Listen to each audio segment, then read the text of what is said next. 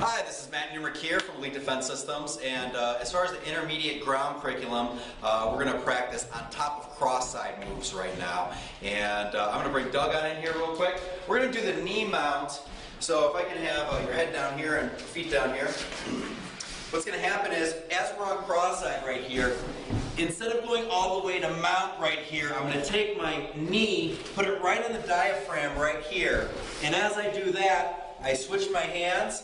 This leg pikes on out, my bottom foot comes on up, and I crank on up right here. That's going to create a lot of pressure right here on Doug, and that's what obviously creates a tap. So once again, we'll try one more time for the full tap. Go right here, come right up, and right there. That's how we go ahead and do this. Now the counter to this is kind of special. If I can have Doug do this to me now, we're going to slow it down just a little bit. So as Doug does the exact same move to me, his knee's going to come on up here. He's going to go for the crank, and as these hands go right through, I'm going to bump through and bump to my right hip, or my inside hip on this case. It's going to go right here. I'm going to come right here, trap the arm, this arm goes up, grabs the neck, and then come right over. Notice this other, my right leg doesn't go over this way. I almost create a little bit more of a scissor choke right here, but I'm going more for the arm bar right here. Now if that doesn't work, I can go ahead right over here, and that's what creates the pressure right here for the bar. We'll show that again. So once again, so as we go right here, Doug's going to go ahead and go for this. This is really painful right here. We go ahead and we buck this right off. As I go here, this arm goes here.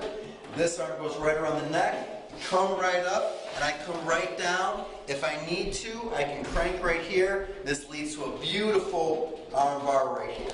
Okay? Now the next move we're going to do is, once again, Doug, if you put your head right there, feet down here. I'm going to go ahead and I'm going to be right here. When we're on cross-side just like this, 5 different ways we can attack the neck and the arm and stuff like that. We're going to go ahead and we're going to lock out this arm using our leg. So however I get this arm, I'm going to go ahead and trap it under my leg right here. As I do that, this leg's going to kind of pin it right through. Now, in order to make this lock really work, I'm going to raise up my hips, and that's what creates the lock right here. Okay, so what's great is that I can have this arm to do whatever I need to do, protect myself, strike, whatever it is, while his arm is being locked on out right here. Now the counter for this, a little interesting, okay? First thing we need to make sure you have down is what's just called a bridge. I'm going to give Doug just a break right here.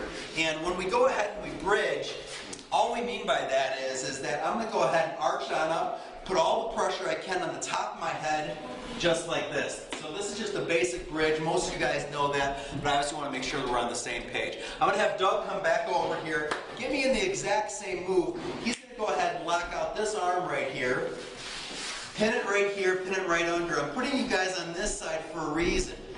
I can't come over and reach my other hand. So what I do is I have to bridge to go ahead and close the gap. As I do that, now I can go ahead and close that gap and create what's called an S-grip. An S-grip, if I can show this real quick, just looks like this right here. This is what's known as an S-grip. You're going to go ahead, you're going to do an S-grip. Remember, you got to make the bridge happen. Just going up your shoulders is usually not going to make it happen, especially if it's in tight. I go ahead and I bridge all the way up so my head is touching the ground. This is going to bring me closer. As I come down here, go to your inside hip. In this case, it's obviously my right hip. So as I go right here, I'm going to come down and roll right over, obviously reversing the move right here. I'm going to go ahead and try from another position. Doug can go ahead and get on this side. Good. Right here. Once again, this goes right under. I can't save that arm just in this normal position right here. And remember, he has, you know, I'm in quite a bit of trouble right here to say the absolute least. So what I do is bring this arm closer to kind of help on out, create that S-grip. As I do that, when I come down, come to the inside hip, that's what's going to make this reversal a little bit easier. So as I go back down, right here, and that's what goes ahead and works the reversal right here. Last set of move and counter that we're going to work on right here is what's called the lung crank. If your head can go down here and feet can go down here, that'd be great. It's a difficult move to show on video. It's a difficult move to show without any kind of feeling or any kind of contact right here. So kind of bear with me. But with the lung crank, what we have is we have a move where I have the person in this cross-side position right here. I'm taking my inside lat right here and putting it right on his lung. And I'm going to crank that baby. Obviously, that's where we get the name the lung crank from. As this goes right here, I'm going to go ahead and lift my butt off the ground. I'm not going to roll back so much as opposed to roll in and then up, and that's what's going to create that pressure right there where all of a sudden it feels like everything's coming right down on his chest. So once again, how we do this is we go right through here. I can work with an S grip. That's the most favorite one I probably have for here. I have seen people do this, but once again, I go for the S grip here. So once again, once we're right here, I go ahead and I crank up. I don't want to go all the way back right here because then I can get flipped really easy.